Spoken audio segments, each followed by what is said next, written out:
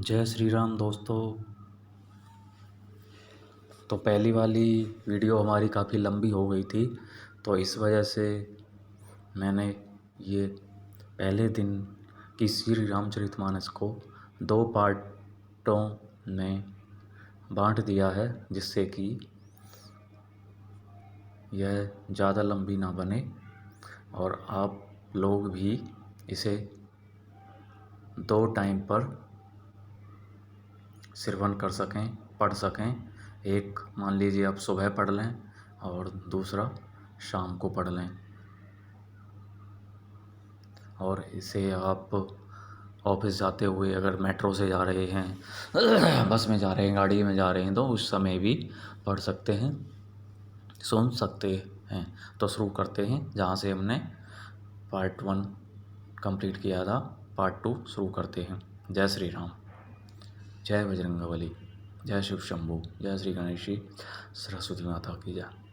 नील सरोरु श्याम तरुण अरुण बारज नयन, करौ सोमम उर्धाम सदा क्षीर सागर शयन। जो नील कमल के समान श्याम वर्ण है, पूर्ण खिले हुए लाल कमल के समान नेत्र हैं, और जो सदा क्षीर सागर में शयन करते हैं, वे भगवान नारायण वास करें। जय श्री हरि, जय कृष्ण की जय, श्री रामायण जी की जय। कुंद इंदु समदेहे उमा रमन करुणा अयन, जाहि दीन ने पर नेह करौ कृपा मर्दन मयन। जिनका कुंद के पुष्प और चंद्रमा के समान गौर शरीर है, जो पार्वती जी के दया के धाम है, और जिनका दीनों पर स्नेह है, वे कामदेव का मर्दन करने वाले शंकर जी कृपा करें। जय शिव शंभू, जय भोलेनाथ। गुरु वंदना बंदऊ गुरुपद कंज कृपा सिंधु नर रूप हरि, महामोतम पुंज जासु बचन रवि कर निकर। मैं उन गुरु महाराज के चरण कमलों की वंदना करता हूँ, जो कृपा के समुद्र और नर रूप में श्री हरि ही हैं, और जिनके वचन मन मोह घने अंधकार के नाश करने के लिए सूर्य किरणों के समूह हैं। बंदौ गुरु पद पदम परागा, सुरुचि सुवास सरस अनुराग। अमीय मूरी मय चूरन चारो, समन सकल भव रोज परिवारो। मैं गुरु महाराज के चरण कमलों की रज की वंदना करता हूँ। सुरुचि सुंदर स्वाद सुगंध तथा अनुराग रूपी रस से पूर्ण है। वह अमर मूल संजीवनी जड़ी का सुंदर चूर्ण है, संपूर्ण रोगों के को नाश करने वाला है। हमारे भारतीय इतिहास में, वेदों में गुरु को सर्वोच्च स्थान दिया गया है, इसलिए गुरु चरणों की महिमा गाई गई है। सुकृति संभूतन विमल विभूति, मंजुले मंगल मोद प्रसूति। जन मन मंजू मुकुर मल हरिणी, किए तिलक गुण घन वशीकरिणी।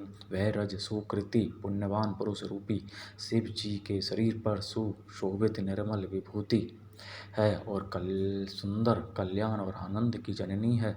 भक्त के मन रूपी सुंदर दर्पण के मैल को दूर करने वाली, और तिलक करने से गुणों के समूह को वश में करने वाली है। श्री गुरुपद नख मणि गण ज्योति, सुमिरत दिव्य दृष्टि ही होती। दलन मोतम सोप सह प्रकाशु, बड़े भाग उरे अब और आवे जाशु। श्री गुरु महाराज के चरण नखों की ज्योति मणियों के प्रकाश के समान है, जिसके सिमरन करते ही हृदय में दिव्य दृष्टि जाती है। वह प्रकाश अज्ञान रूपी अंधकार का नाश करने है। वह जिसके हृदय में आता है, उसके बड़े भाग्य हैं। हो घर ही बेमल बेलोचन ही के, मिटहि दोष दुख भव रजनी के। सूझहि रामचरित मणि मानक, गोपुत प्रगट जहें चोजे ही खानक। उसके हृदय में आते ही हृदय के निर्मल नेत्र खुल जाते हैं, रूपी रात्रि के दोष दुख मिट जाते हैं। एवं श्री रामचरित्र रूपी मणि और माणिक्य गुप्त और प्रकट जहाँ जो जिस खान में हैं सब दिखाई पड़ने लगते हैं। जथा सो अंजन अंजी दृग साधक सिद्ध सुजान कौतुक देखत शैल वन भूतल भूरि निधान। जैसे सिद्ध अंजन को नेत्रों में लगाकर साधक सिद्ध और सुजान पर्वतों वनों और पृथ्वी के अंदर कौतुक से ही बहुत सी देखते हैं। गुरुपदे रज मृदु मंजुल अंजन नयन अमिय दृग दोष विभंजन तेहि करी विमल विवेक बिलोचन बरनऊ रामचरित भव मोचन। श्री गुरु महाराज के चरणों की रज कोमल और सुंदर नयन अमृत अंजन है जो नेत्रों के दोषों का नाश करने वाला है। उस अंजन से विवेक रूपी नेत्रों को निर्मल करके बंधन से छुड़ाने वाले श्री राम चरित्र का वर्णन करता हूँ। बोलो जय श्री रामचंद्र की जय। ब्राह्मण संत वंदना। वही ब्राह्मण और संतों की वंदना की गई है। बंधऊ प्रीतम महीसुर चरिणा मोह जनित संशय सब हरिणा सुजन समाज सकल गुण खानी करूं प्रणाम से प्रेम शुभांगी। पहले पृथ्वी के देवता ब्राह्मणों की वंदना करता हूँ जो अज्ञान से उत्पन्न सब करने वाले हैं। फिर सब गुणों की खान संत समाज को प्रेम सहित सुंदर से प्रेम नाम करता हूँ। हमारे भारतीय परंपरा में ब्राह्मणों और संतों की विशेष स्थान दिया गया है। तो तुलसीदास भी उसी की बारे में वर्णन किया है। साधु चरित सुविचरित कपासु निरस विशद गुण में फल चाशु जो सही दुख परिचित्र चुदरावा वंदनीय जे ही जग जसे पावा। संतों के चरित्र कपास के चरित्र जीवन के समान शुभ है जिसका फल नीरस विशद और गुणमय होता है। कपास की रोड़ी नीरस होती है। संत चरित्र में वेश्या शक्ति नहीं है इससे वह भी नीरस है। कपास उज्ज्वल होता है। संत का हृदय भी अज्ञान और पाप रूपी होता है इसलिए वह विशद है। कपास में गुण तंतु होते हैं इसी प्रकार का चरित्र भी सद्गुणों का भंडार होता है इसलिए यह गुणमय है।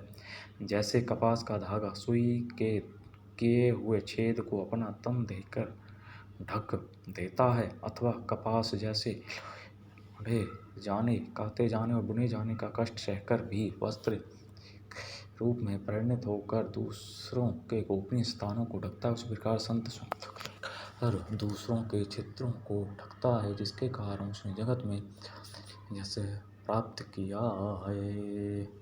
अर्थात इसमें तुलसीदास जी ने बताया है कि संत केवल दूसरों का ही भला सोचते हैं इस संसार के कल्याण के बारे में सोचते हैं। मुद मंगलमय संत समाजो जो जग जंगम तीर्थ राजो राम भगति जहीं सुर सरी धारा सर सही ब्रह्म विचार प्रचारा। संतों का समाज आनंद और कल्याणमय है जो जगत में चलता फिरता तीर्थराज प्रयाग है जहाँ उस संत समाज रूपी प्रयागराज में राम भक्ति रूपी गंगा जी की धारा है और ब्रह्म विचार का प्रचार सरस्वती जी हैं। इसमें प्रयागराज का वर्णन किया गया है क्योंकि वे सभी तीर्थों के राजा हैं। प्रयागराज अर्थात आज का इलाहाबाद।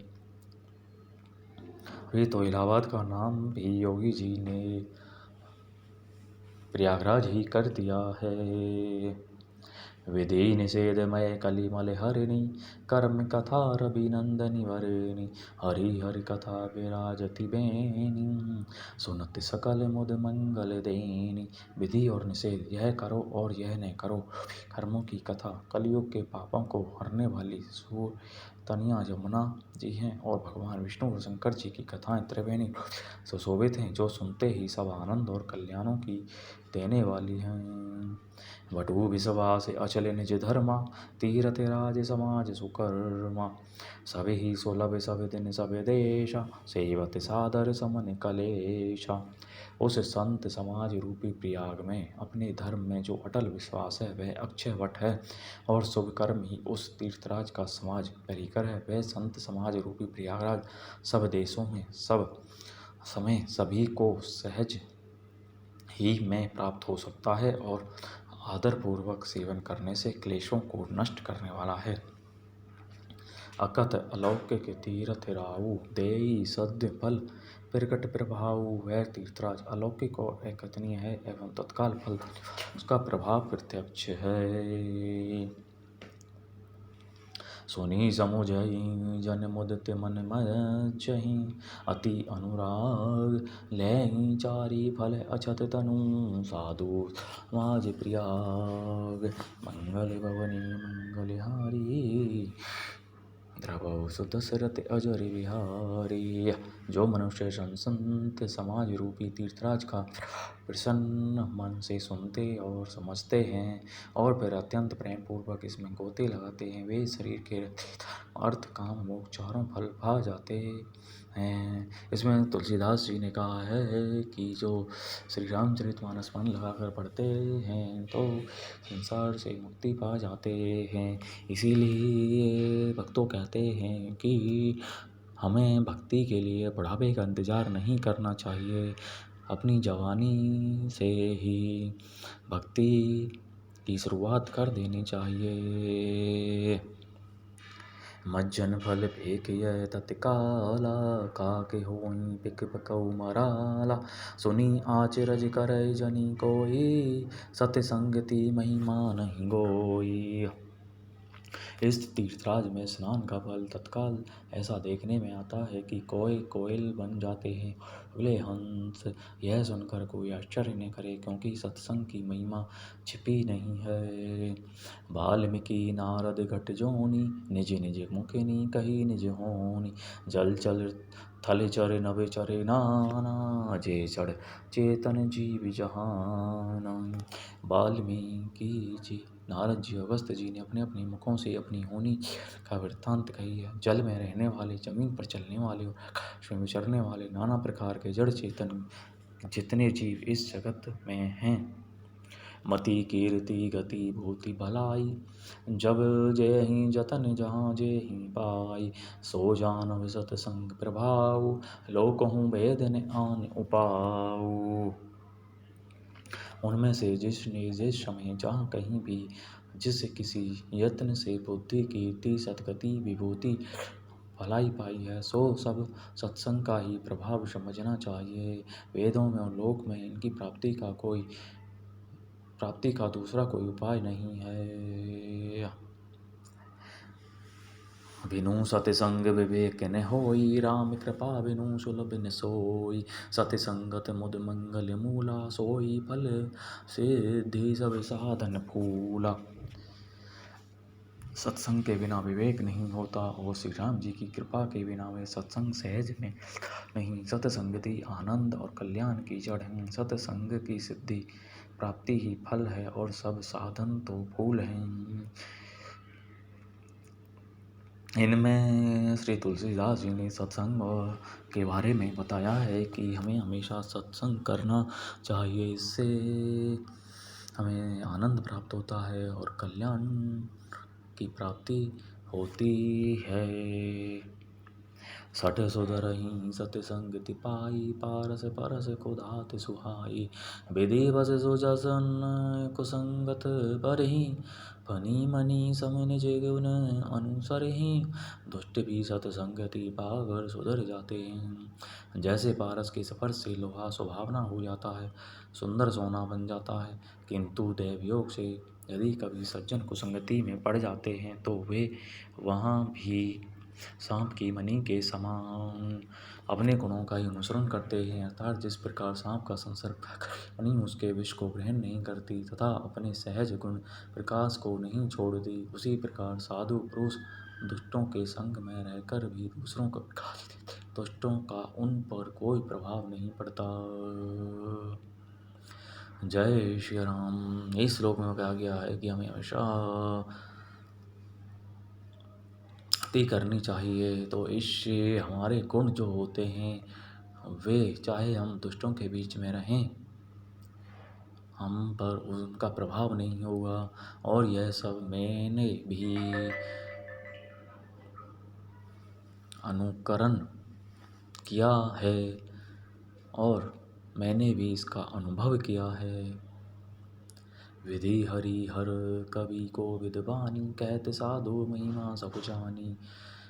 सो मोसन कही जात न कैसे सबा, साक बनिक मनि गुण गण जैसे। ब्रह्मा विष्णु शिव कवि अपने संत महिमा का वर्णन करने में सुख चाहती है, वह मुझसे किस प्रकार नहीं कही जाती। जैसे साग तरकारी बेचने वाले से मनियों के नहीं कहे जा सकते। बंधु संत समान चित, हित अनहित नहीं कोई। अंजलिगत शुभ सुमन, जिमि सब सुगंध कर दोई। मंगल भवने मंगल हारी, द्रवहु सुत श्रुत अजर बिहारी। मैं संतों को प्रणाम करता हूँ जिनके चित्त में, जिनका न कोई मित्र है और न शत्रु। जैसे अंजलि में रखे हुए फूल, जिस हाथ ने फूलों को तोड़ा और जिसने उनको रखा, उन दोनों ही हाथों को समान रूप से सुगंधित करते हैं, वैसे ही संत शत्रु और मित्र दोनों का ही रूप से कल्याण करते हैं। श्री रामचंद्र की है। तो दोस्तों, हमारे प्रथम दिवस ये श्री रामचरितमानस यहीं पर कंटिन्यू रहेगी। ये पहला दिन था तो इसलिए इसमें क्या है, वंदना है ज़्यादा, तो इसलिए 2 पार्टों में मैंने डिवाइड कर दिया था। अभी आगे से हमें एक ही वीडियो रहेगी और उसमें मैक्सिमम 10 मिनट का टाइम लगता है। तो दोस्तों, आपको कैसा लगा श्री रामचरितमानस का नए साल पर नई शुरुआत करके? तो मैंने भी यह पाया है कि श्री रामचरितमानस पढ़ने से जब से मैंने शुरू की है, मुझे भी तरक्की पे तरक्की मिलती रही है, आध्यात्मिक तौर पर भी और आर्थिक तौर पर भी। क्योंकि जब मैं श्री रामचरितमानस पढ़ने से पहले पूजा पाठ तो मैं करता था, लेकिन श्री रामचरितमानस नहीं पढ़ता था। तो मैंने भी जीरो से उठकर काफ़ी ऊंचाई तक मैं पहुंचा हूं अपने जीवन में, आर्थिक तरक्की की है।